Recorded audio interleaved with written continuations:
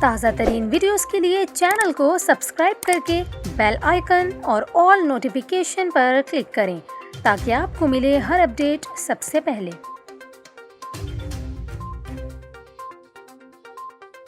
اور ابھی آپ کو بتائیں، شہر قائد میں 8-10 سالوں سے استعمال نہ ہونے والے بینک اکاؤنٹ سے جعلی شناختی کارڈ بنوا کر رقم نکالنے کا انکشاف سامنے آیا۔ پولیس نے جعلی شناختی کارڈ سے بینک اکاؤنٹ سے رقم نکلوانے میں ملوث بینک ملازم سمیت 3 ملزمان کو گرفتار کر لیا۔ پولیس نے بتایا کہ وہ بینک اکاؤنٹ جن میں لاکھوں روپے رقم موجود تھی اور سالوں سے استعمال نہیں ہوئے ایسے ہی اکاؤنٹس کو ٹارگٹ کیا جاتا تھا۔ پولیس نے انٹیلیجنس بنیادوں پر کارروائی کرتے ہوئے ملزمان کو گرفتار کر کے 90 سے زائد جعلی شناختی کارڈ، ATM کارڈز اور لیپ ٹاپ برآمد کیے۔ حکام کا یہ کہنا تھا کہ ملزمان استعمال نہ ہونے والے اکاؤنٹ میں نان رجسٹر آرگنائزیشن کے نام پر بیرون ملک سے رقم منگوا کر نکالا کرتے تھے۔